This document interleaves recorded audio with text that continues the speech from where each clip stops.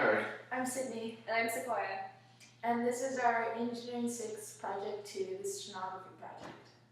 Our team name is Team Sunshine-Buttersloth. We hope you enjoy our tutorial.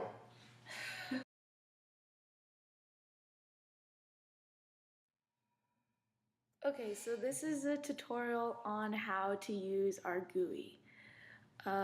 First, I'll be explaining some of the functions that we used. The first function that we used was called flatten, and basically what it did was it took the image that we want to embed, aka the hidden image, and it changed it.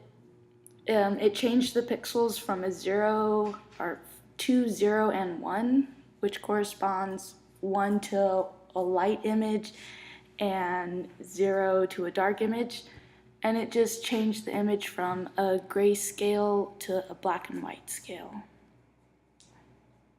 Okay, and then another function that we used to basically do the reverse of that was the expand image.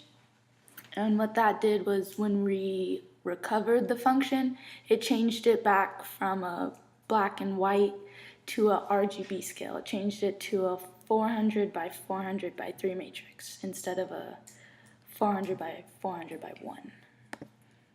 And then we have this function that we created. It's called A, and what it does is basically because when we use some of the embedding techniques, it changes, it adds and subtracts numbers from the dog image or whatever image you want to embed images into. And this kind of changes the image before we start adding and subtracting, so that pixels that are at, say, like 255, which is the max, they kind of adjust it before, and that just kind of preps it for being embedded. And here's Eric to explain some of the embedding techniques and the recovery techniques. For our first embedding technique, we are going to do evens and odds. We are going to check the hidden image for white or black pixels, and then we are going to let the white pixels be odd and the black pixels be even in the corresponding RGB image, and then we will adjust the RGB image when necessary by using this loop. Our second embedding technique is called add. For each pixel of the hidden image, we check to see if it is white, or in other words, it is 1. If it does, we add 2 to the dog image, and thus we embed the hidden image into the dog image. Our third embedding technique is called subtract. It is essentially the same as the second embedding technique, except we are subtracting 2 when the hidden image pixel is 1. Our fourth embedding technique is called multiples of 3. In this technique, we check every pixel of the image we'd like to embed and see if it is divisible by 3. If it's not, we add 1 using a while loop until it is divisible by 3. Then we add the hidden image we'd like to embed into the dog image, and with this method we'll be able to extract it later on to check to see if it is divisible by 3 again. In the recovery technique for method 4, basically we check to see if the embedded image is divisible by 3, and if it's not divisible by 3, that means the original pixel was a 1, and if it is, that means it was a 0.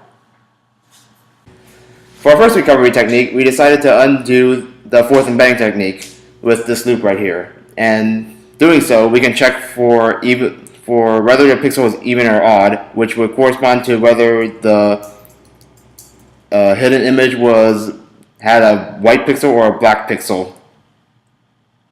For our second recovery technique, we decided to undo the first, second, and fourth embedding techniques. Doing so allows us to check whether or not the embedded image minus the original image is equal to 2. Doing so, we can find out whether or not the pixel is a black pixel or a white pixel. Our second recovery technique finds the image hidden by the add technique. First, we have to undo the even and odd, subtract, and multiples of 3 technique, and then we use a loop to determine if the embedded image minus the original image is equal to 2. If it is, the pixel recovered is 1, and if not, the pixel recovered is 0. For our third recovery technique, we are finding the image hidden by the subtract technique. First, we have to undo the even and odd, add, and multiples of 3 technique. Then we use a loop to add 2 to the embedded image, and if that is equal to the original, then the recovered pixel is 1, and if not, the recovered pixel is black.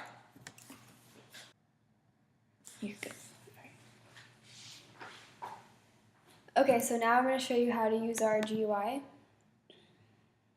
We're going to open the MATLAB file for our project 2, and we'll click Run. So here's our GUI.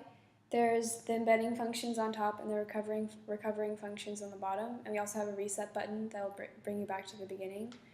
You can choose 3 images to embed your secret images into: a dog image, any image from your desktop, or a URL image. For these 2 buttons, the script will adjust it to 400 by 400 so we can use the same techniques as with the dog image. So we're going to use an image from our desktop, and we're going to choose a fun file such as, do we have any fun files? Oh, sloth. That'll be fun. There's a sloth. Okay. Now we're going to use image 1, and we're going to use odd, even, red embed. We're going to embed that image, and we'll go ahead and embed all of our hidden secret images into the sloth image using these buttons, like so. And with our GUI, you have to embed any combination of images, but they must be embedded using the techniques in the drop-down menu in that order. Otherwise, it won't work. As the disclaimer states at the top of our GUI. Okay, so now all the 10 images are embedded into the sloth image. We could have saved any version of the sloth image along the way, but we'll just wait till the end, and now we'll save it as, yay! Now we're going to open that same image, and we'll go ahead and recover all of the images we embedded into it, as you can see, using the same recovery methods, and we're going to get the same pictures that we embedded into them.